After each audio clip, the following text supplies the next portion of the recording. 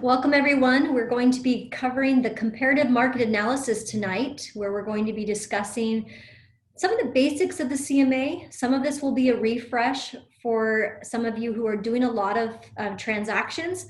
Others of you need some basics, and we are going to cover some things to keep in mind. We'll go through and discuss an actual CMA, and we'll work through it together. And then you may have to revisit certain portions of what we're going to talk about tonight, because I am going to go fairly fast so you can see how it all comes together. So if you need to, just realize we are recording this tonight. If you have questions, or if you need me to, follow up on something with you, I am willing to spend additional time with you, but after the class. I do have a set amount of time that I want to cover tonight and get it recorded so that others that cannot spend the time tonight also have an opportunity to learn some basics on the comparative market analysis. So with that, there should have been a class that you should have taken ahead of this class, which is how to use InfoSparks, how to use market statistics. I refer to a lot of this with the understanding that you've already taken that class. I've offered the class myself and taught that class on market reports.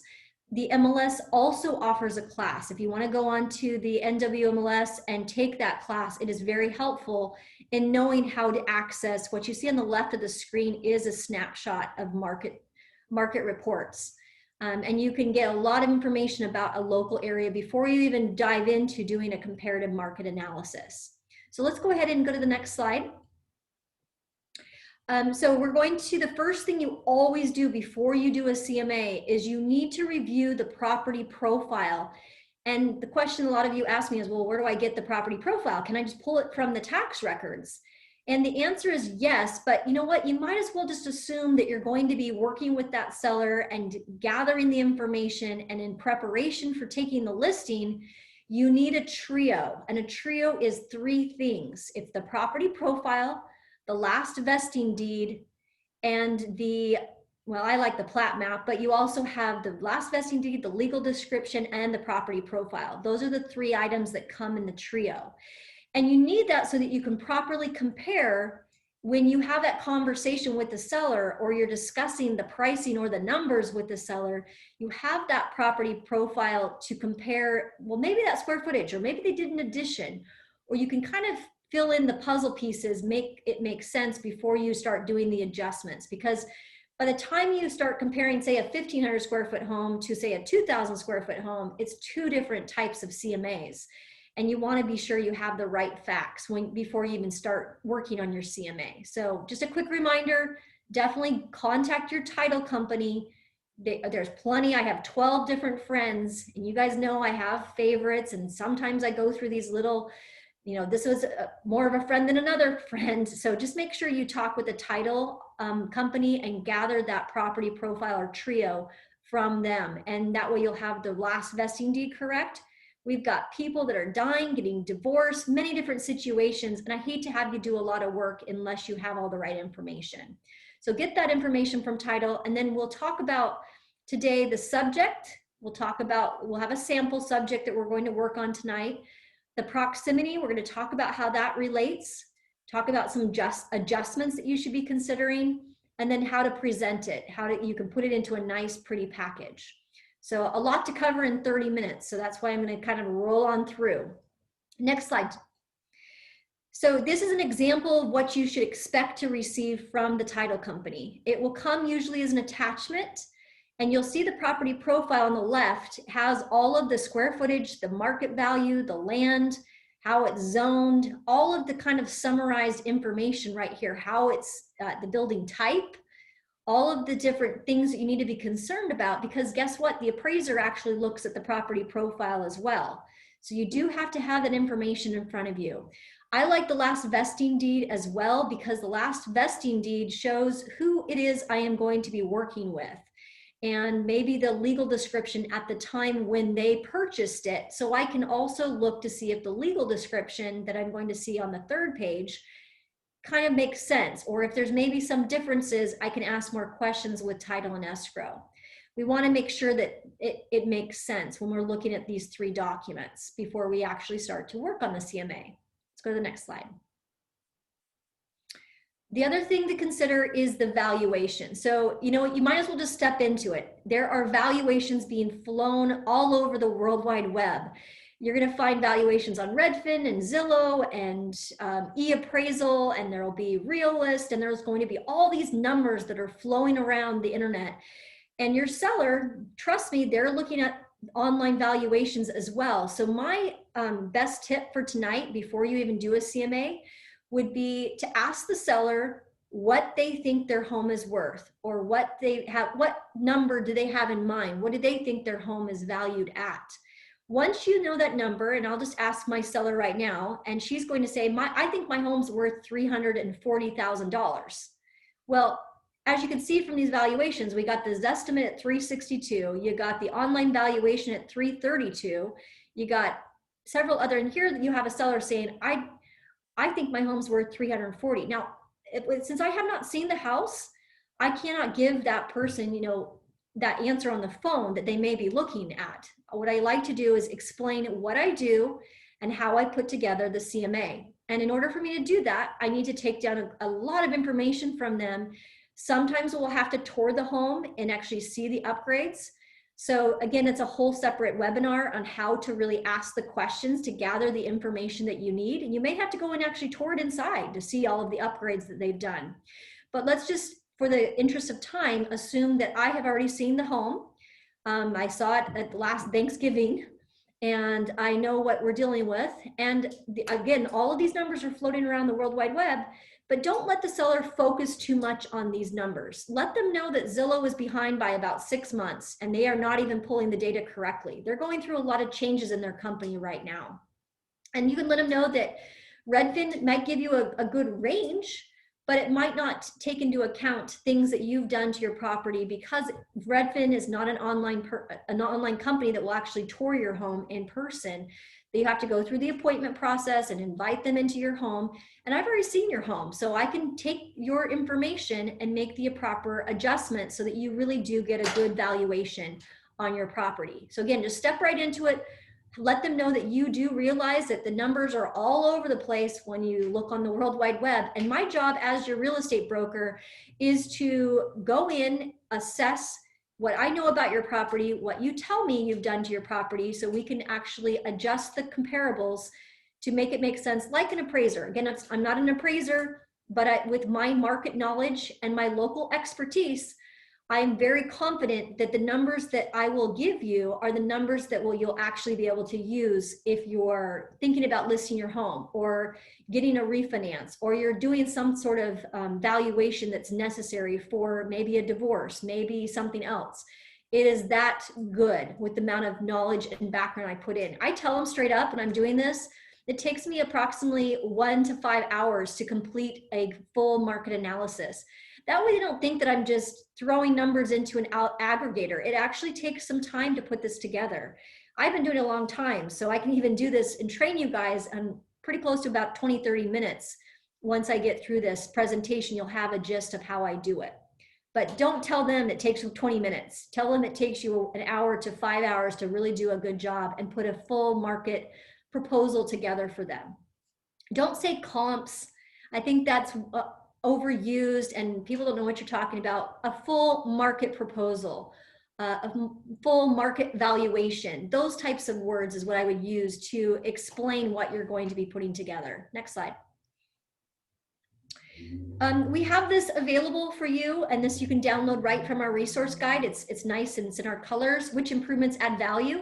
If you're not at a point where they're going to be listing their home, say in the next 30 days, you know, you're going to do all this work, this 1 to 5 hours worth of work, and it's really not necessary because things change. After 30 days, things change as far as the pendings, the solds, the actives, things change. So if you're getting maybe ahead of, they're wanting you to come up with a valuation, or they're wanting you to talk numbers, it might be helpful just to give them this PDF. And I've used this PDF many times, just saying, hey, I'll give you which improvements add value so that you can understand when I do my adjustments, will a kitchen get me full value? Let's say I put a new kitchen counters, new cabinets, will I get it?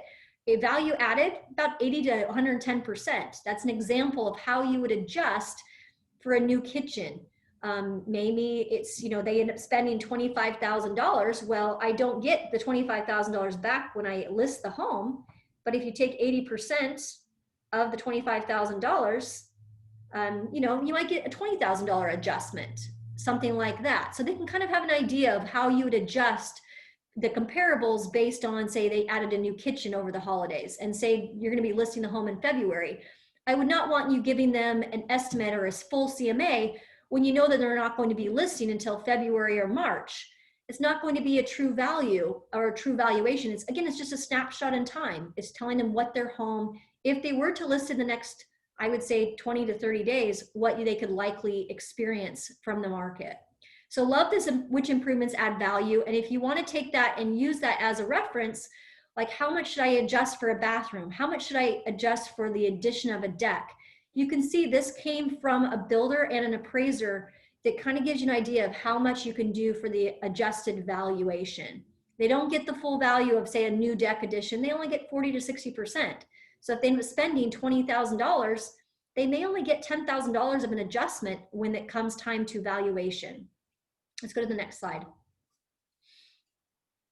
And then this is the factors to adjust. Many of you have asked me for this, and I've had to text some of you, and we've had some conversations, especially if it's new construction or maybe it's up in Bellevue or Mercer Island. The square footage adjustment factor is going to be different, but it definitely gives you kind of you almost need a snapshot of this for each area or location that you work.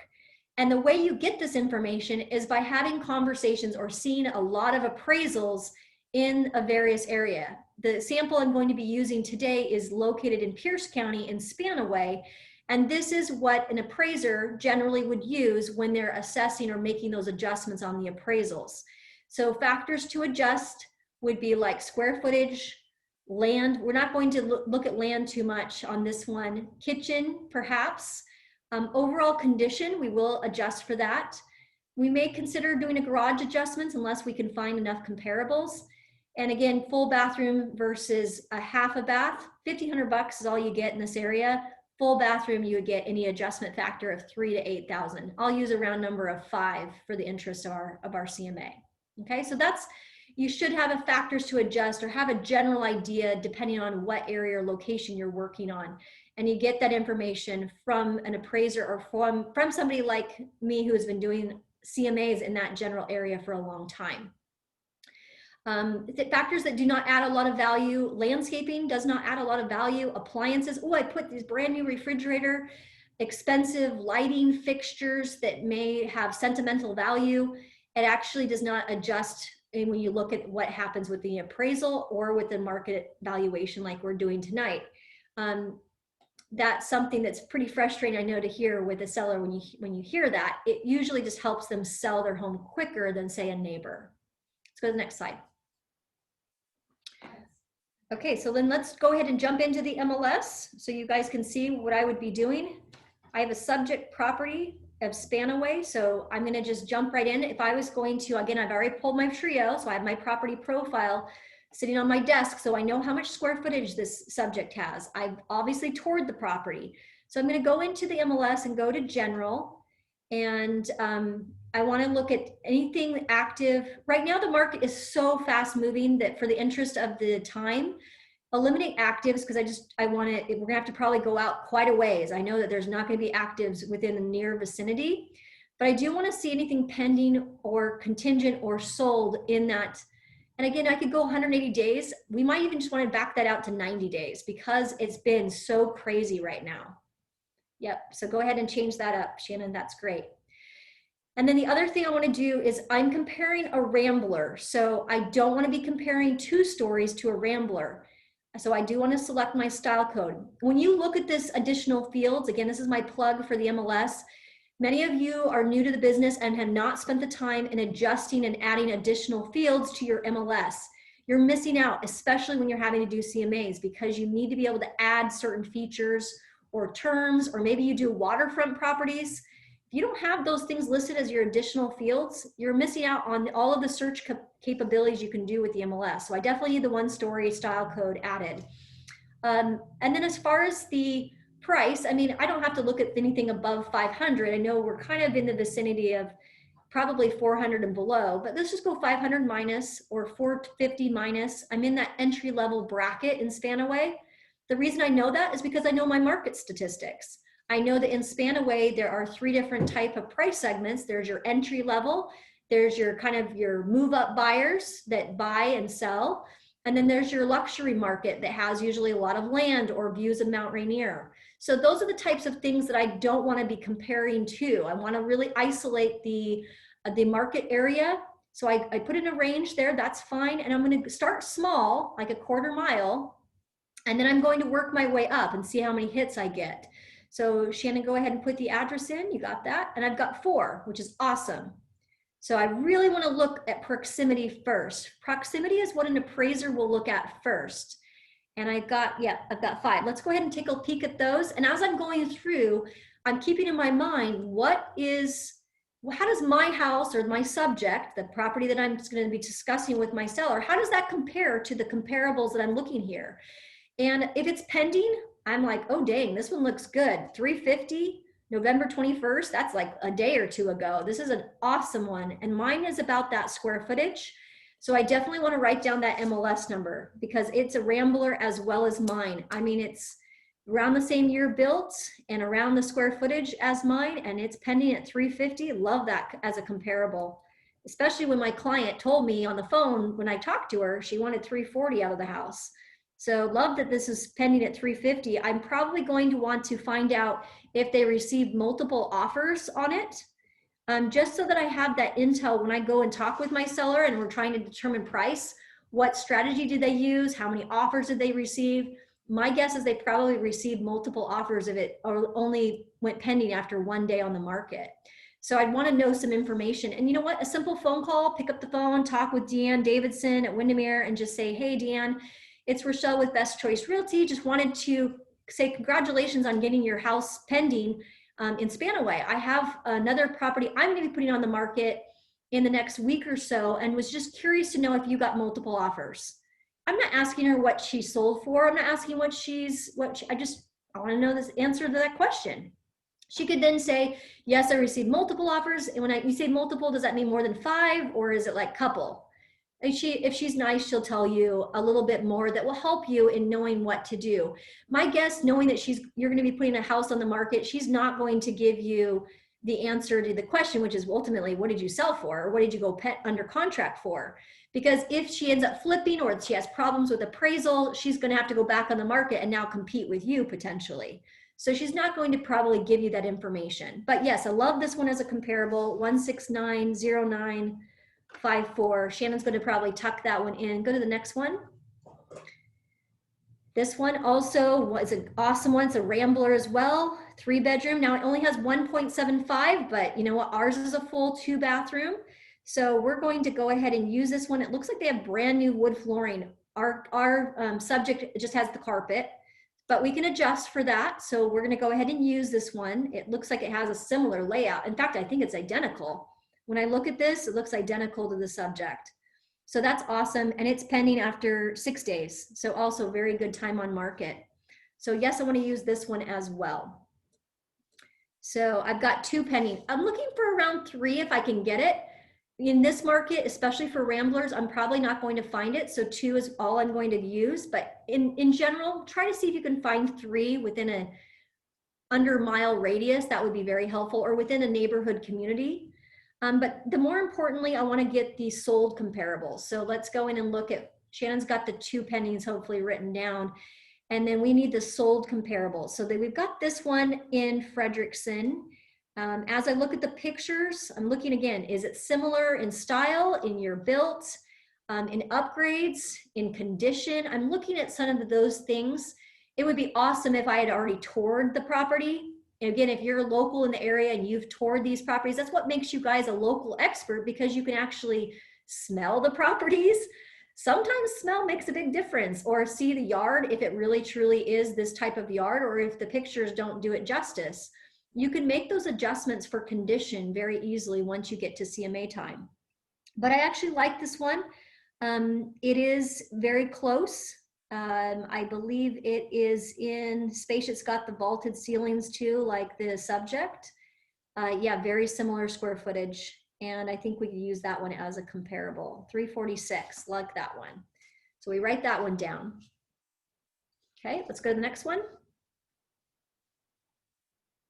Okay, this one right here, English garden. So again, in bold letters. So our subject is also an English garden. So I definitely want to take a very close look. Here's what a lot of you do and you mess up on is you avoid, and it drives the appraisers crazy. They hate it when you guys do this. When you don't use this comparable, which I'm going to use it because, but let's just say that I was a new or a novice broker and I'm like, oh, I like this other one that's in the other neighborhood. When English Gardens has one that closed October 20th that's almost identical at 365, okay? They listed for 339, they got multiple offers. It's in the same neighborhood, but you just change your mind. You're like, oh, I don't like the way that one looks, or I maybe didn't get the value that I wanted. Maybe I'm wanting to prove 400,000 and I'm going outside of the neighborhood to prove that. When an appraiser has to use, they're regulated by the federal government many times to utilize comparables within the same neighborhood, especially when they're Rambler and they're similar condition. You have a hard time negotiating with an appraiser when you've done a poor job at selecting your comparables. So I definitely have to use something that's in the neighborhood. So yeah, Shannon, if you want to write that one down, we may have to adjust it based on square footage maybe, but it is a 3-bedroom, 2-bath, vaulted ceiling Rambler in the same neighborhood. We need to use that one. Let's go to the last one.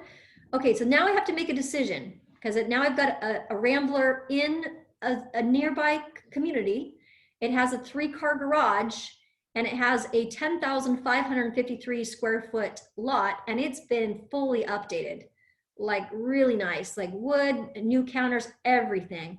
And my subject is not. So I have a choice. I can either use it and make the adjustments to it to make it make sense to use in my CMA, or I can go out in proximity just a little bit further, maybe find something that does not have the garage or does not have the updates and use that one instead, because ultimately I want 3 really good sold comparables. So I'm going to opt not to use this one for those reasons alone. I don't want to have to adjust for the garage and the lot size. I want to find one that is valid. And then I'm going to have Shannon go in and just do one more search and give me a little bit wider of a radius. I think we went a ½ mile. Is that correct? Yeah. Let's go a little bit larger. Yep. And then let's isolate it a little bit more just so we find what we need. And let's see if we can eliminate some of the other ones here real quickly. So let's isolate the, you have to see, we know a little bit more now about it since we've got into that. So let's just go ahead and minimize the square footage. Yep, there we go. Yep, so we don't need anything bigger than, let's say, 1,600 square feet or less. And then square footage on the lot side, let's eliminate that. Let's go minus on that. So let's, within reason of the subject. I don't want anything more than a 10,000. Let's go 9,000 minus. Okay, and use the minus because we don't want anything above that. And then I think that will do what we need it to do. Okay, perfect, yeah. Okay, so this one's pending inspection at 347. Now this is another pending one we could maybe use as well. It's within a mile radius and we only had 2. So now I found another 3rd one. This looks good. Let's go ahead and put that one into the mix. So it's 168. And again, I'm just jotting down or having Shannon tonight jot down the MLS numbers because then I take those MLS numbers and I pop them into my CMA. Okay, and then this one also, yep, we already have that one. We already have that one. Did we use that one? Okay, that was the sold one that we used. Okay, oh, there's a good one. 186. This is a 3-bedroom, 2-bath and 355. This one, like you can see the pictures, looks pretty original, or we call it, what do we call it? Classic. I mean, a lot of people have talked about how that, what you say, but it is very classic to that year. And it does look like it has carpet and vinyl, which our subject has. They have not done any updates as far as that goes. They have updated, you know, their water heater in their furnace, and they have an HVAC system or a heat pump, which is nice. But yeah, this looks like a great comparable, and this would complete our 3 sold comparables. So we use that one as well. Okay, that one's a little bit out of the range. I know the area well, so that one's not the one we want to use. So again, we found 3 solds, 3 pendings, and then let's just go in and see I know you're not going to find a comparable because I looked. You're not going to find a crazy rambler in Spanaway unless you go, I think, 3 to 4 miles out. So I'm going to show you that real quick. Go criteria, and you can, again, separate that out. Yep, go ahead and eliminate those. And let's just look at actives, and you literally, I think we'll have to go 3 miles out, Shannon, before you find something. Maybe 5.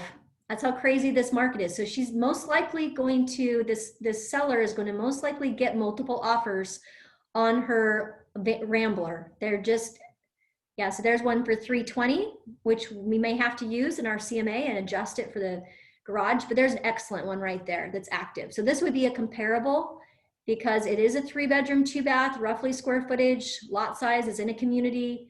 A carpet in some of the living room, the dining room area. Yes, this would be an awesome active comparable. So again, this is our competition, right? This is what we use, and this is what we would have to show to our sellers.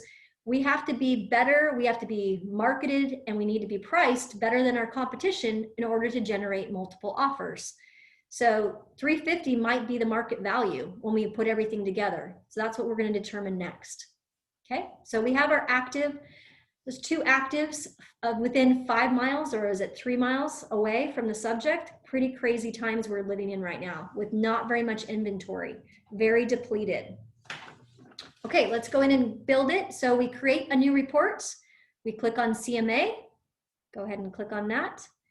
And I usually like to put the sample or put their name in there. So I'm just going to put test for tonight, but usually put their first and last name, and that way you can find it. If you guys need access to the CMA, I am happy to allow you guys to utilize my CMA, and that will help me in helping you be able to use all of the features that are available. And you can copy and paste the MLS numbers. I don't like using the quick and dirty. I've never found that helpful for me. I've always just gone ahead and found my comparables from the MLS and then went ahead and entered them into the exact MLS number section here. So it's going to take her a minute to do that. While she's doing that, I love it when agents really personalize the presentation and add the cover photo of the property right there. It autofills using the tax records. You can override that if you find that's different. And I never like to put a price range. I don't like to use the price range feature, set the price.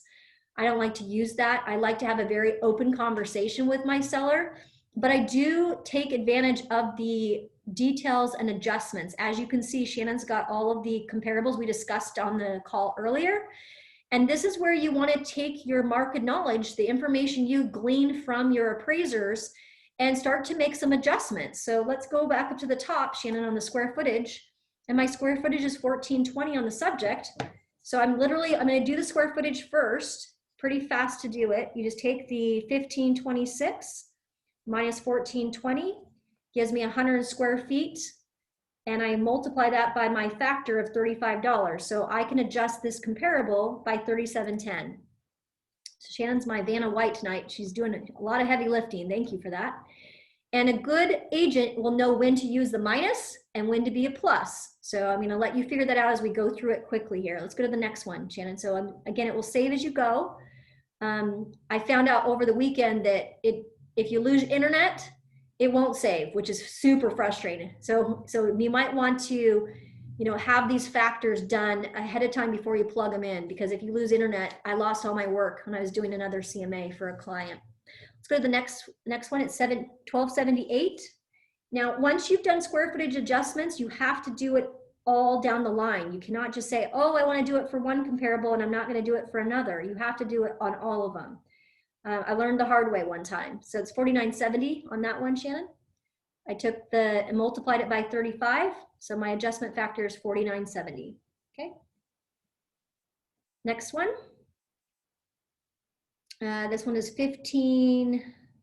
Gosh, I might need glasses on this next year. That's my New Year's resolutions. 1568 minus 1420.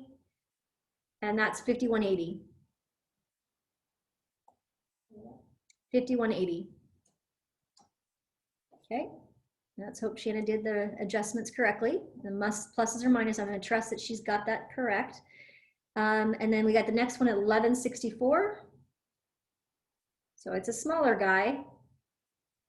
And that one's $89.60. Okay, we got a 14.16. Now again, we're 14.16, 14.20. Am I going to do it? No. I mean, we're not going to do it over $2. So that's pretty dang close. That one that's $350 that's pending, it's probably the exact same floor plan if I was to guess. Same thing on the 14.12. Again, we're talking about anything less than like 50 square feet. When you start talking about 100 square feet, you're talking about a bigger master bedroom closet, or you're talking about another bedroom.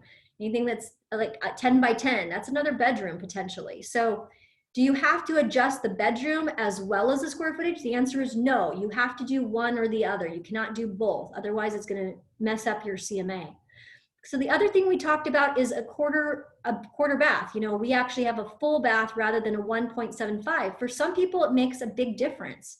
In this particular area of Spanaway, we're going to say it does, and an appraiser would make that adjustment. Sometimes you're going to find that it doesn't make it a difference, or an appraiser says it doesn't matter if it's a quarter bath or it's a 3/4 bath. If it's got plumbing, make the adjustment. If it does not, then you don't make the adjustment. I'm going to lead with, you know, on this area, we're going to make the adjustment of $1,500. So on the 0.75, we're going to just adjust the bathroom.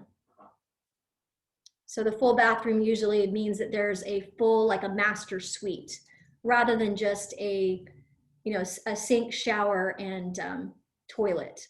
So, you know, that's desirable for this type of buyer, is somebody that has a master suite. And in my case, or my subject, we do have the master suite. So I'm going to give the seller the benefit and give them that $1,500 adjustment for that.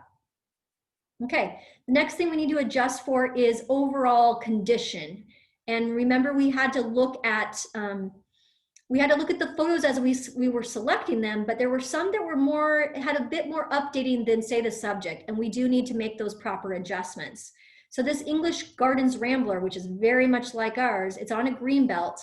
Ours is not on a green belt, and so when those lots were designed, the green belt actually, that was a lot premium of $5,000.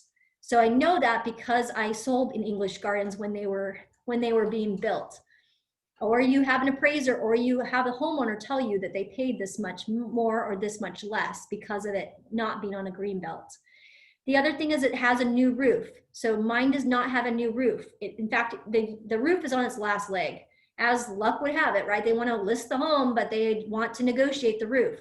So we're going to make the adjustment for the roof. The new roof on something like this, we're going to do as, again, it's an adjustment factor. They're not going to get full value for it, but it would be around $10,000. I'm going to say it's $10,000 just to set the right thing in motion, that they know that they're probably going to have to do their roof. We'll negotiate it. It might cost more than $10,000 to put a roof on, but they're at least getting that benefit. We're pricing it correctly. We have AC, we have a new furnace. So again, we don't need to adjust because ours has that. And we have new paint as well. So we're going to leave that one alone. As you can see, that adjusted it down to $346,290, but it kept what the actual sold price was so that we can have that nice conversation with our seller. So the next one real quick. Clean and cute, light fill, vaulted ceiling. Ours are all that way. I don't remember if this is on a green belt, but we can thumb through the pictures real quick. I don't think so. Yeah, I gotta remind myself what this is. Okay, yep, so kind of a fairly straightforward lot. And I believe this did not have the new kitchen. Okay, so carpet, this is very similar to ours, which is awesome. Okay, yeah, this is great. Don't need to adjust for condition. Ours has a fireplace as well. If ours did not have a fireplace, probably would want to adjust, but let's leave that one alone. That actually is very, very similar in condition to ours. Okay, let's go to the next one. 385. This has the vaulted ceiling. So this is much better condition. It's got new flooring. So I'm going to adjust, and again, it's very subjective depending on the price point and where you're at, but new flooring is going to, quartz countertops, those are types of things that, again, are going to get some subjective. It would be nice to know if this one, how much they paid for the quartz and the flooring, if they used bamboo or was it really high-end materials. I'm going to assume that they did. It looks like they replaced the cabinetry as well. So we're going to give this one an adjustment factor of 15,000. We're talking condition. Yeah, that's the way I would describe it. And then we would have to take a minus because ours does not have that type of condition. And if the seller said, well, why did this one, what if we just put new flooring? I said, do you want to actually wait for the flooring to get in, move all your belongings out? It's easier just to go ahead and adjust it and get the price so that you get market value. And again, we have to compare apples to apples, and that's what we had to do with this particular one. Bathrooms were also adjusted. I mean, those are all taken into account, the $15,000. In fact, I might not be as I'm like, oh, dang it. I may want to give them more because of the bathroom not being remodeled. Ours are original. So condition or maybe bathroom remodeling, let's go ahead and give them another 10. So it's going to be another $10,000 or 25,000. There we go.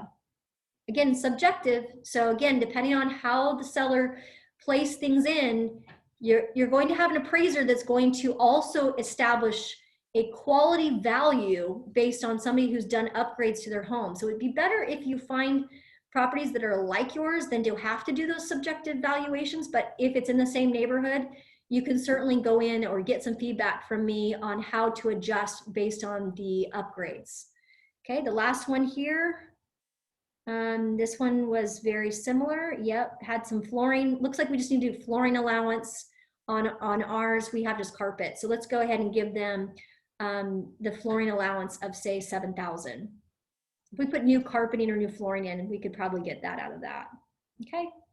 All right. And then let's go to the next. Condition wise. Okay. Very similar. I think this was exactly the same floor plan. Keep going. Yep. Okay. So they've got the flooring thing too. They got the wood floors that are very nice. So same thing on this one. Looks like original counters, very similar kitchen. Let's go with the $7,500 adjustment on the flooring allowance. It's a gated community and ours is not. Again, we could maybe adjust for the gated community, but again, it's not that much of an adjustment for the gated community. Okay, let's go to the active. And this one, last one, this is our active. I like this one. It's got more updates. So I get it because it's an active. I've got to be very, very clued in. Again, it's a long ways away, but people are going to be looking at this one in comparison to ours. So if my seller wants to go at 355 or 360, tell me why, because this one's at 350. This will sell before ours if they go above 350. And if our motivation is to move in the next 30 to 60 days, we may want to price our home under the active so that we are the best value. Again, you got to kind of decide how you want to structure that conversation. Lately, I've been trying to find a comparable. I have to go out in distance just to paint a picture, to have the seller be realistic about where to place the price. So if my seller says, Rochelle, do you think I can get 340 for this? The answer is yes, and you might be able to get more because of the lack of inventory that we have. If we price at 340, could we expect multiple offers? I would say the answer would be yes after doing the CMA for them. And as you can see on the right, the summary of prices helps give you an idea, are you in the ballpark? The median price point puts you right at 350, average at 357. Now, if we need to go back and do some more adjustments, we can, but we can go right to the next step of bundling it out. I think realistically, if we priced it 349.9, I think we'd probably get multiple offers because the lack of inventory. If they wait until the new year, don't know what the new year is going to bring. You might have missed the window. There might be more inventory or more ramblers in the neighborhood that go on the market. What we can only do is we can only tell the story of what's going on right now. And right now looks like an ideal time to put this particular house on the market. So you can see how easy it was. We found the active where it was on the other side of Meridian. All of our pendings and solds are right in the community. So the chances that an appraiser would pick up 2 or 3 of those is very high. We don't want to have problems with appraisal. We don't want to have notices of low appraisals if we can avoid it. We do want a lot of frenzy. We want it to be bid up, but we might want to be smart at how we structure our marketing and our pricing, honestly, on how we get what we need done based on the seller's situation. So that was a very fast CMA. Hopefully you got a few tidbits tonight on how to do adjustments. Certainly you want to make it a priority to maybe make your own little cheat sheet, if you will, on your adjustment factors. And again, it's going to be based on your local area. There'll probably be a different one that we use for Federal Way. There'll be a different one that we use for, say, new construction in the $1 million price point. You're going to want to spend some time based on what segment or what market areas you work within and come up with your own cheat sheet so that you can effectively do this at a very, very quick pace. You don't want to be spending hours and hours because, again, there's a lot of people in the next month or two who are going to be looking to you and looking to Best Choice Realty to properly price and market their home. And we want to be the best out there. So have a great week, you guys. And if there's any questions, Shannon can take those down and I'll revisit that later. I've got to run to another appointment.